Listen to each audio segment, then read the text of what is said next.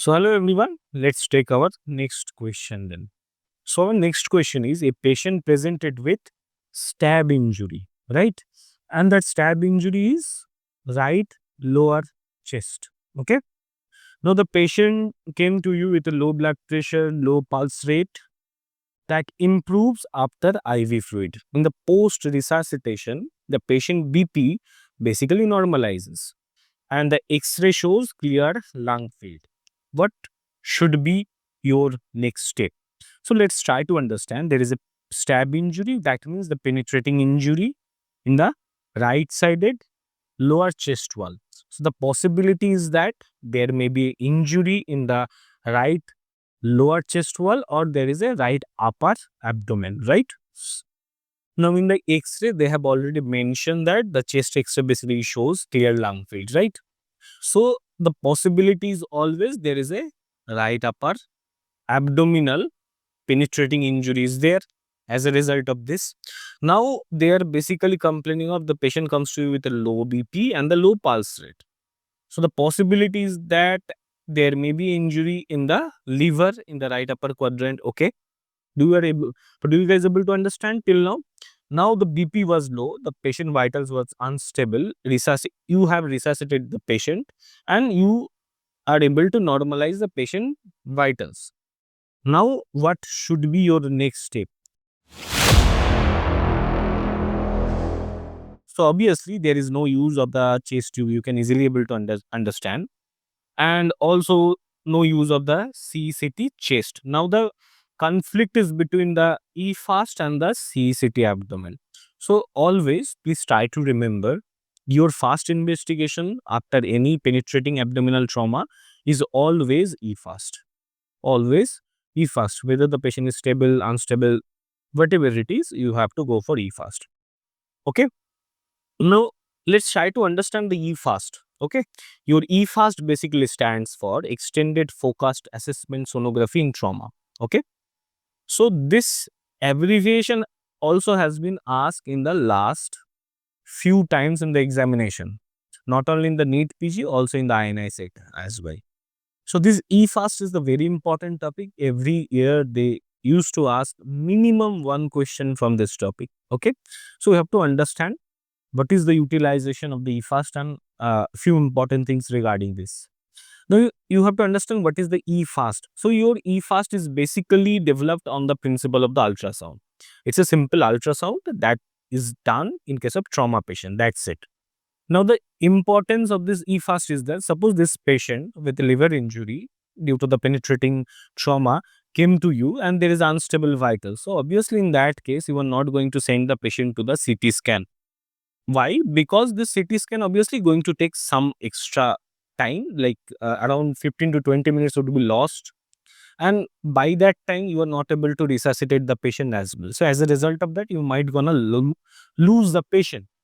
So that's why we need some kind of test or some kind of investigation that can be done on the bedside. This is the number one criteria. Number two, it should be rapid. Like it might gonna take 2 to 3 minutes, and by that time we are able to get the assessment of the patient. So that's why the concept of the EFAST basically came to here. So your EFAST basically does what? It basically does, or it basically detects free fluid within the abdomen as well as within the chest, all within the chest as well. Okay, so your EFAST basically always try to detect free fluid within the abdomen or within the chest wall. That's it. So this free fluid is supposed to be detected by placing that probe, that USG probe over the abdomen and over the chest wall. So we have in total 6 places to place the probe. Now our first place is obviously your subxiphoid area. Okay, in the subxiphoid or the just epigastric area, we try to look into the pericardium, whether there is any pericardial tamponade or pericardial effusion is there or not. Our next step is the right upper quadrant. So in the right upper quadrant, we try to look into the hepatorenal pouch of Morrison. Okay, so if there is any free fluid collection in the HRPM, so the chances are there might be injury or there might be bleeding from the liver or the surrounding structure. And our third is the left upper quadrant, which is basically the perisplenic area or the splenorenal pouch. So this is the another pocket. So the chances are there might be injury from the renal, the kidney, or the injury from the spleen is there. Okay. And last is your suprapubic or the pelvis, which is a pouch of Douglas. So it's a dependent position while a patient is basically standing. Okay. So also there is also the chances is there that the free fluid is basically being collected there. So these are the four abdominal probe placement area. Now apart from this four, which is known as the FAST, we have the extended version nowadays. So in the extended version, we have to put the probe in two additional spaces. This is the right chest wall and the left chest wall, just to look for whether there is any hemothorax and the pneumothorax is there or not. Okay. So in a nutshell, this is your EFAST. Okay. So obviously there is a beautiful image has been given, which is basically describe where to put the probe. So this is your subxiphoid, this is the right upper quadrant, this is the left upper quadrant, and this is the pelvis, right? This is the pelvis. And these are the two areas, right anterior and the left anterior chest, for the pneumothorax and the hemothorax detection. Okay, fine. Now let's try to understand what are the advantage and the disadvantage of the EFAST then. Okay. Now the advantage is always you have to understand it's a quick one. It can be done within 2 to 3 minutes. It can be done on bedside.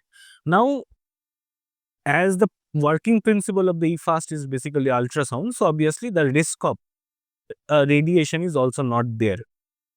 And the next important thing is the repeatability. So the repeatability is the main thing here. Suppose let's take this scenario which has been asked in this patient in this question. So in this patient, we have done the EFAST. We are able to found let's say 100 ml fluid collection in the HRPM, right?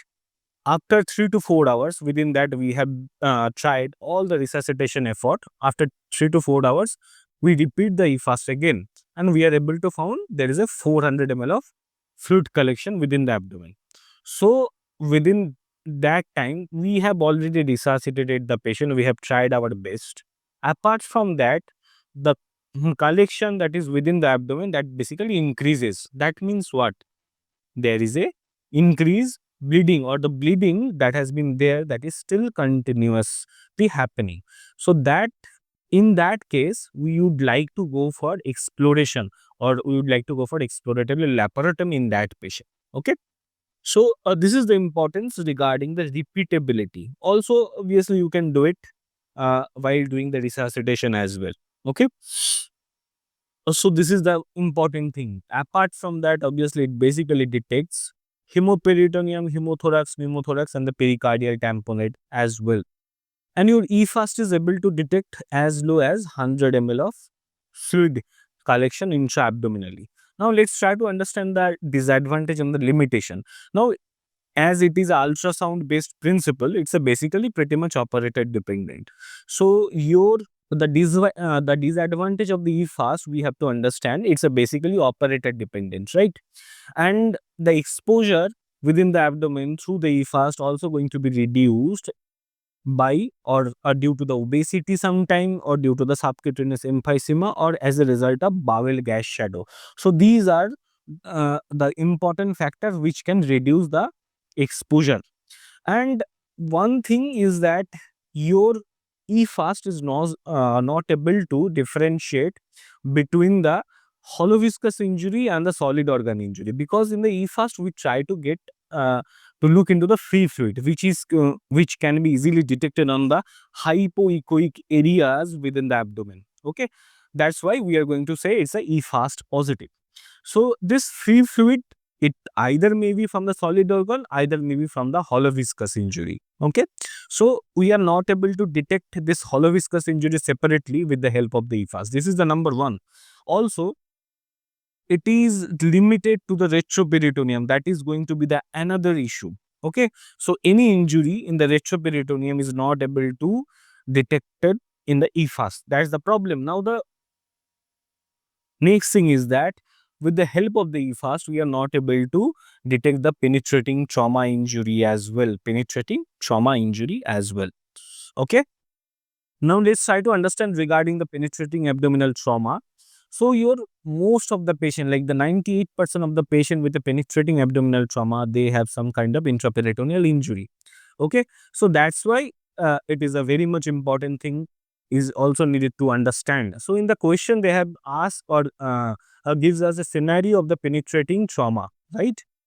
So what are the indication of putting the patient on exploratory laparotomy in case of penetrating trauma? That is very much important, that is needed to be known, and it's pretty much important according to your exam perspective. So our number one is that hemodynamic instability. So the patient came to you with a penetrating injury and the patient vitals is pretty much unstable. It's a low BP, tachycardia is there, and you are trying to resuscitate the patient. It's still not responding in that case. So obviously, in that case, you have to put the patient on the OT.